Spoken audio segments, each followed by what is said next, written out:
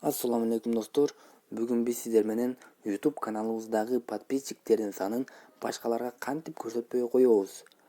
Ушул темада биз сиздер менен сүйлөшөбүз. Кантип подписчиктердин санын башкаларга көрсөтпөйбүз. YouTubeга киребиз. Мисал катары, мынакей бул жерде Мыктыбек Арыстанбек агайыбыздын подписчиктери көрүнүктүү эмес. Биз дагы кантип ушундай кылсак болот? Анда эмесе кеттик. Бул жерден чыгабыз. Мен браузерим бар. Браузер аркылуу кирем. Бастым. Бул жерде YouTubeга киребиз. Бул жерде менин логиним сохранить этилген. Мынакей көрүп турасыздар. Бул жерден версия для ПК дегенде басабыз. Киребиз. Так, ушундай түрдө чыгат.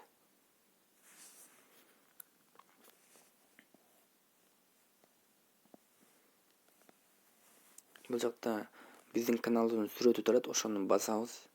К деп турат, кызыл сүрөттө. Эми Творческая студия YouTube. Ошону басабыз.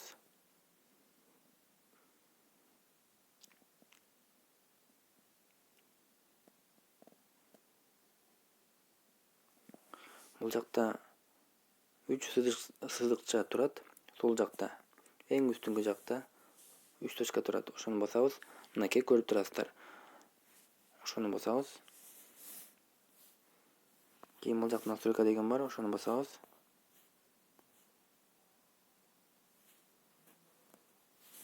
Бул жерде общий канал, загрузка видео, разрешение ушулар турат тизмекте.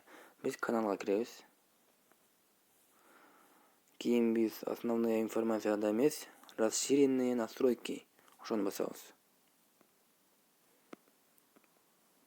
Мынакей.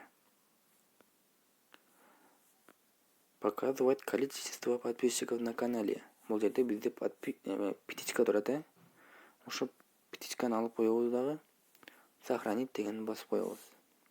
Ушинтип достор, сиздер өзүңүздөрдүн подписчиктериңиздерди башкаларга көрсөтпөй койсоңуздар болот. Эми текшеребиз. Мен каналыма кирем. Так, мой канал. Бул жакта көрүнүп тургандай эле менин подписчиктерим көрүнүктүү эмес, көрүнбөй турат.